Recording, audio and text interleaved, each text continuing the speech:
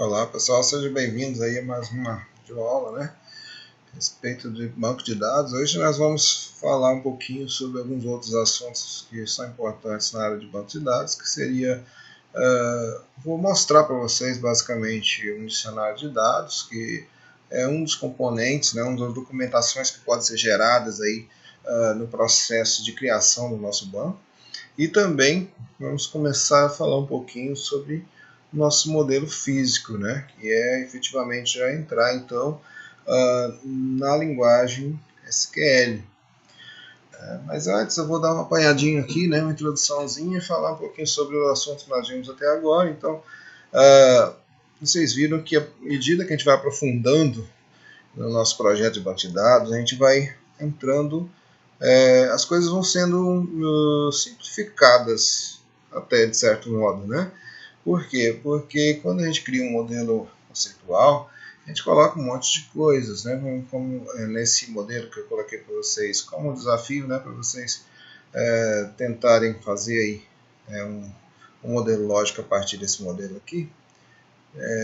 Na próxima aula vamos falar sobre outras formas de fazer também, e ver, né, corrigir essa atividade aqui.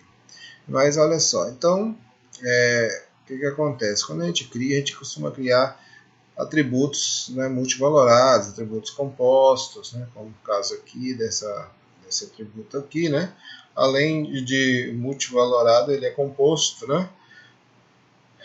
Então nós podemos ver que tem algumas coisas, né? Como tem aqui uma entidade associativa, nós temos heranças, né? Então tudo isso vai sendo minimizado. Quando a gente parte para o nosso modelo lógico, então, por exemplo, ele elimina, né, todas essas coisas. A gente passa a ter apenas um modelo com relacionamentos de 1 para n, né?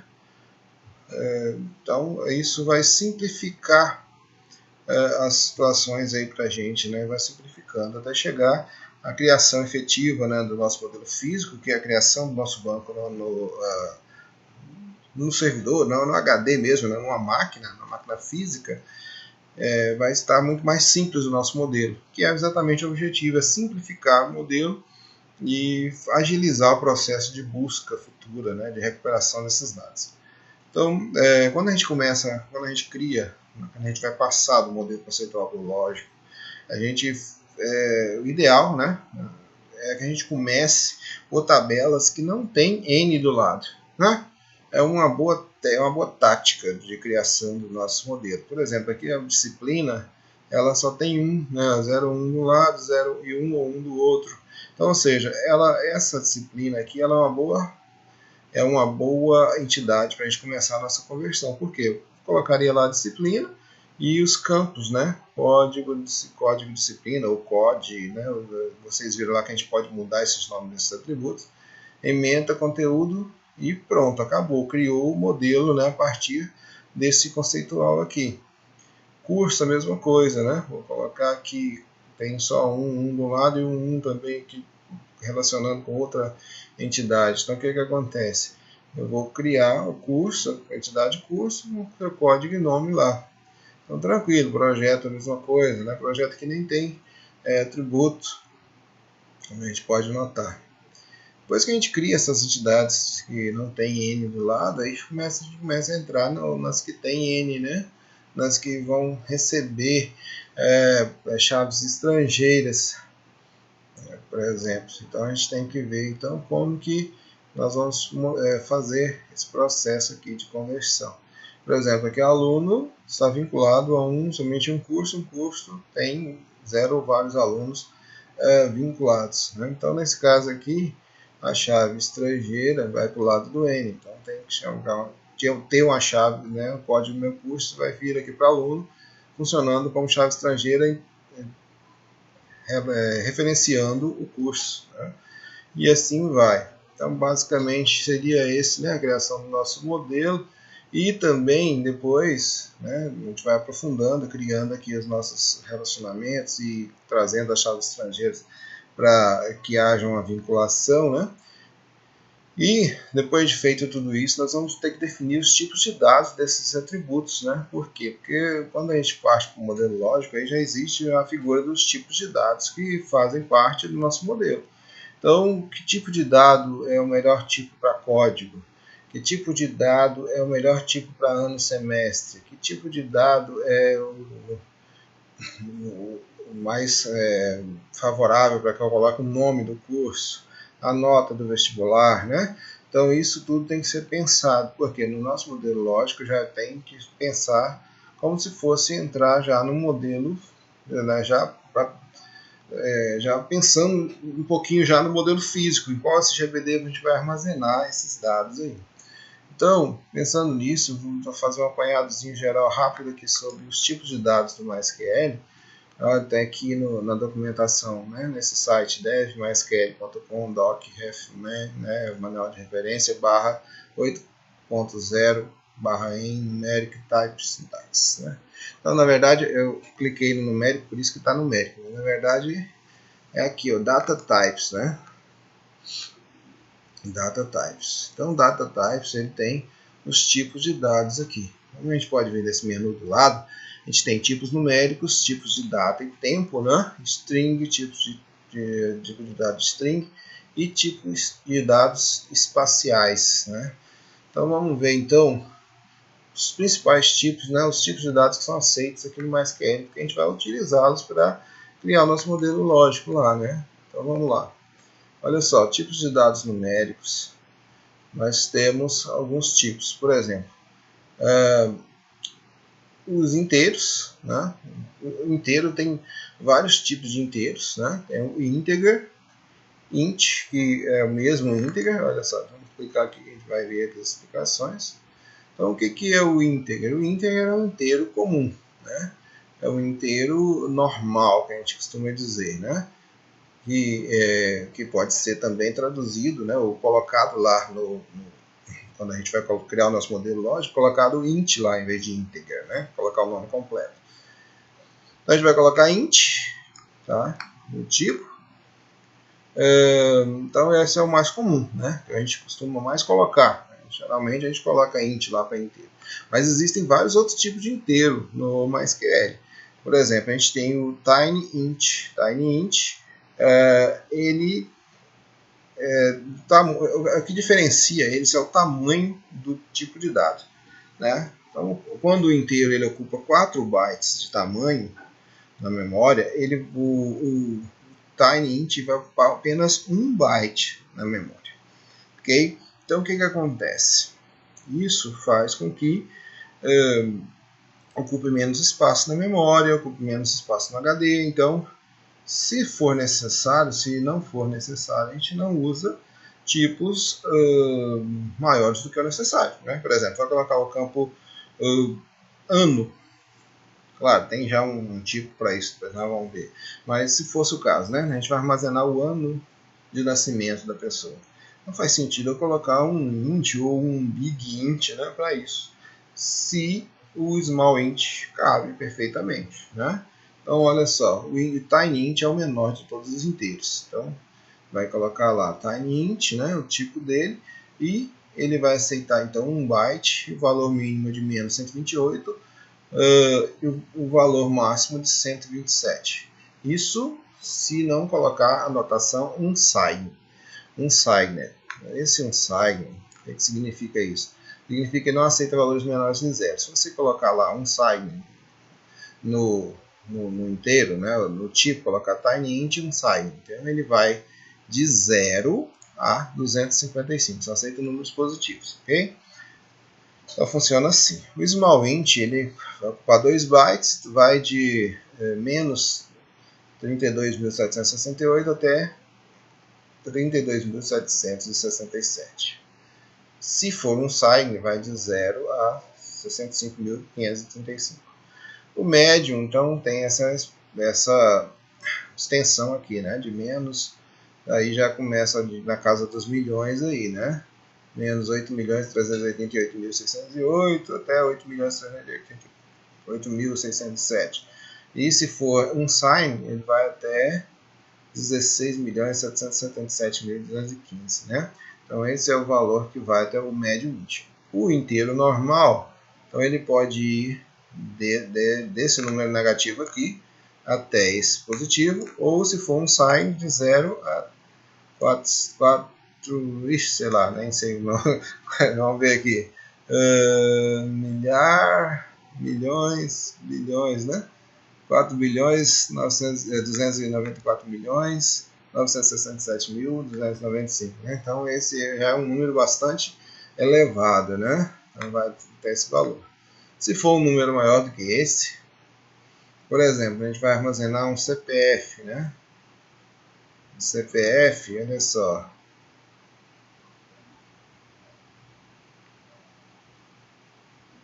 CPF, se fosse colocar um número, somente números, né? Ele não vai aceitar, o int não vai comportar ele. Então, o big int seria o ideal nesse caso, né? Que esse daqui vai de 2 elevado a 63, né? Ou 2 elevado a 64 menos 1, se for colocado como um sign. Então, é um número bem completo. Esses são os tipos, né, de dados inteiros. Aí vem os tipos de dados do tipo float, né, tipo decimal. Tipo decimal, como se aceita o valor de decimais, né? Então nós temos o próprio decimal, né? A gente pode utilizar para isso. Onde o primeiro número é quantos números tem antes, né, a precisão, né, do número, ou seja, quantos números vai ter antes da vírgula e quantos números vai ter depois, né? Que é o número de precisão. Então, ele, olha só, requer o decimal 5,2, né, seja possível, né, armazenar qualquer valor com 5 dígitos e 2 dígitos decimais. Então tem 5 dígitos antes da vírgula e 2 depois, né? Então vai ser assim que funciona o decimal para armazenar números na casa, números que aceitam pontos flutuantes aí, né? Ou o nosso float, ou números reais, ok? Então esse é a forma da gente armazenar. A gente pode usar também o numeric para isso. É a mesma aplicação do numeric. Então, ao invés de decimal aqui, nós poderíamos também colocar numeric 5,2 também, que funciona, ok? Ainda tem números com pontos flutuantes com valores aproximados, né? Então esse float e double também é possível a gente armazenar, né? Então esse seria outro tipo de dado que pode se utilizar lá. Então aqui, ó, pode colocar float, colocar aqui, né, número, vírgula, outro número, da mesma forma que a gente fez com o anterior lá, né? Então esses números, a diferença entre eles é que o decimal ele tem uma precisão maior, né, do que o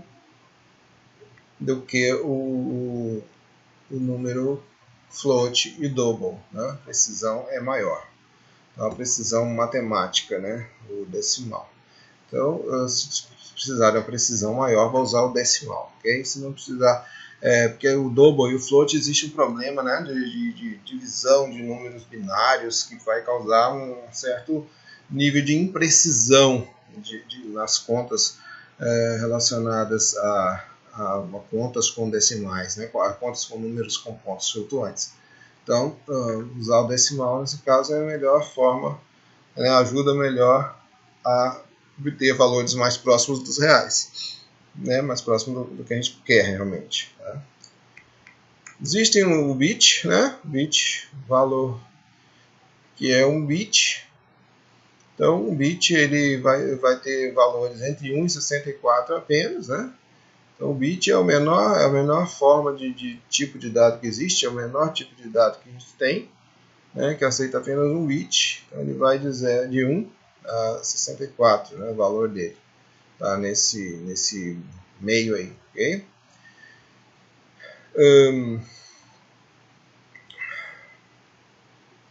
outro tipo, né? Vamos lá. Então aqui o tipo datetime. O tipo datetime, a gente tem alguns tipos, né, de data e hora aqui no MySQL também. Então nós vamos utilizá-los, né, da seguinte forma. Olha só, nós temos o tipo date, datetime e o timestamp, né? O date, praticamente para a gente colocar tipos de data mesmo, né? Somente data, dia, mês e ano. Lembrando que ele vai colocar valores primeiro ano, depois tracinho mês, depois tracinho dia, né? Então vai funcionar assim, ou seja, 4 dígitos para o ano, tracinho 2 dígitos para o mês, tracinho 2 dígitos para o dia, né? Vai ser funcionar desse jeito. Futuramente vai ser mais importante para a gente lá na frente. Aqui no nosso modelo lógico vai ser você dizer, né? Se é data, coloque só date. Se você quiser data e hora, date time, ok? Date time. E o timestamp é para você colocar exatamente o momento, né? Timestamp, os valores de timestamp são de 1 de 1 de 1970, olha só, com hora, minuto, segundo, milésimo de segundo, né? Até 2038, né? Aqui essa quantidade de milésimo de segundo. Então ele é bem preciso, né? Timestamp, ok? Então ele é exatamente para tempo de momento mesmo, né? Depois nós vamos falar mais sobre eles também, né? Quando a gente vai falar do nosso modelo físico. Mas geralmente é feito dessa forma. Se quiser somente data, date, se quiser data e hora, né? Então vai ser só hora, minutos e segundos, date time. Timestamp ele é bem detalhado, né? Coloca inclusive milésimos, sei lá, milionésimos de segundo, né? Então é bem preciso. String, tipos de data string, né? Tipo string. Então, tipo string também nós temos alguns tipos principais, que são o char e varchar, né? Então, o char, né? Ele é um campo que ele é fixo, ou seja, você definiu aquele tamanho de char, ele vai ocupar aquele tamanho de char, né? Então, o char ele tem o char 4, por exemplo, olha só, nesse exemplo dessa tabela, a gente vai entender bem como é que funciona. Olha só. Então, o char, se eu defino um char e deixo um valor em branco e definir que o tipo dele é char tamanho 4, por exemplo, aqui, né? Esse campo, vai ser deixado, né? Vai ser definido, né? Vai ser definido 4 posições lá para uma string de 4 caracteres. Se você deixou em branco, mesmo assim vai ter 4 caracteres em branco lá para você. Se você colocou 2, vai ficar 2 caracteres e vai sobrar 2 em branco. Se você colocar os 4, aí vai aparecer os 4 aqui. Se você colocar mais de 4, vai cortar o restante, só vai ficar 4. Então, se você definiu que ele vai ter tamanho 4, ele vai ter tamanho 4, ok?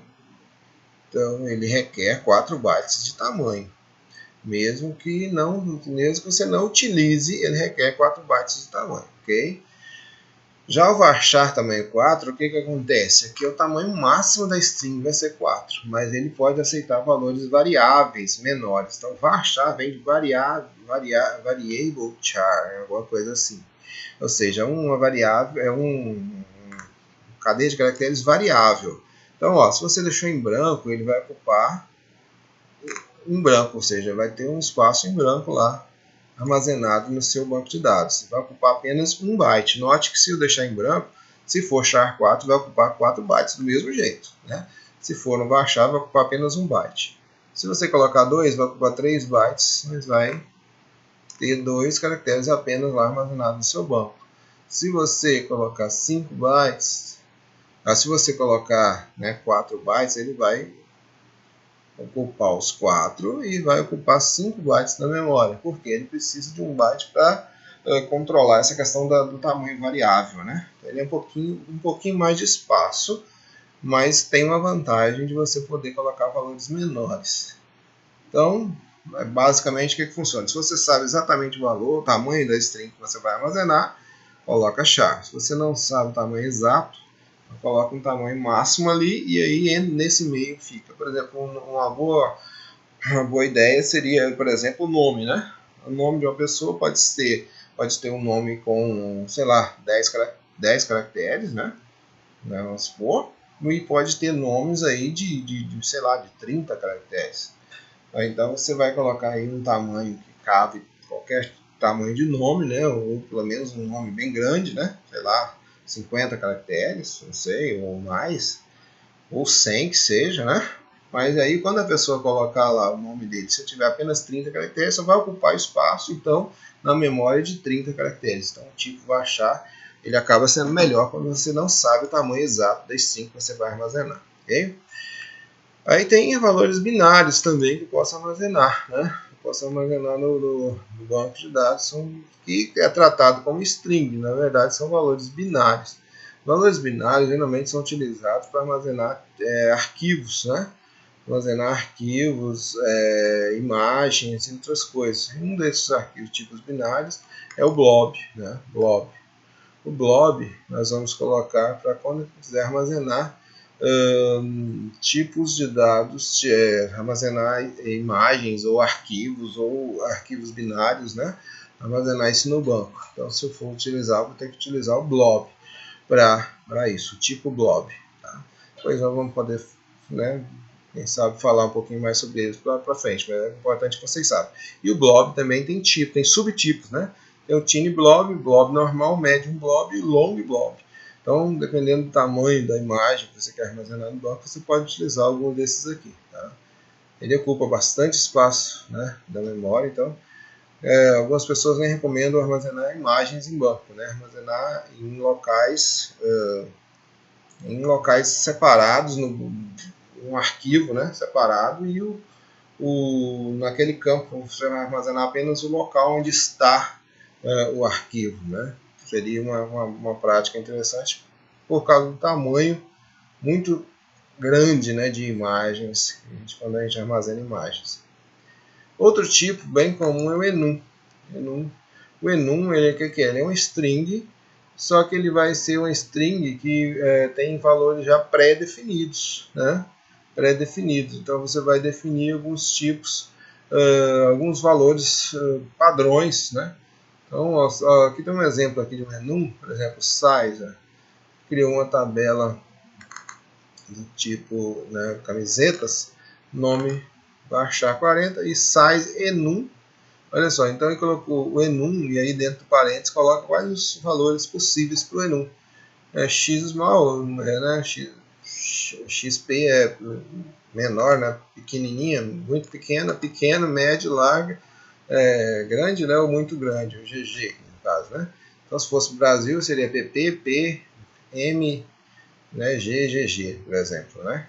Então, seria um tipo de enum. Enum funciona assim, né? São tipos pré-definidos de strings, ou seja, valores que a gente define anteriormente. E set. Set também é um tipo de conjunto, né? É um conjunto de dados que eu posso colocar ali no nosso... um conjunto de dados que eu posso armazenar naquele local específico, né? Então eu posso já dizer anteriormente qual o conjunto de dados que vão ser armazenados no banco ali.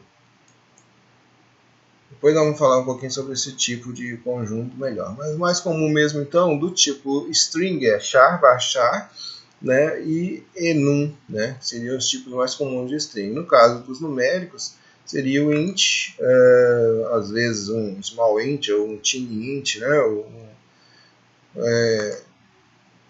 um medium int, né, então depende. E números com pontos flutuantes pode ser decimal ou numérico, né, com valores aproximados, pode ser float ou double. Recomenda-se geralmente utilizar numérico ou decimal. Então basicamente são esses tipos. Beleza, então agora vamos falar um pouquinho sobre os outros assuntos de hoje, né? Então na próxima videoaula a gente continua.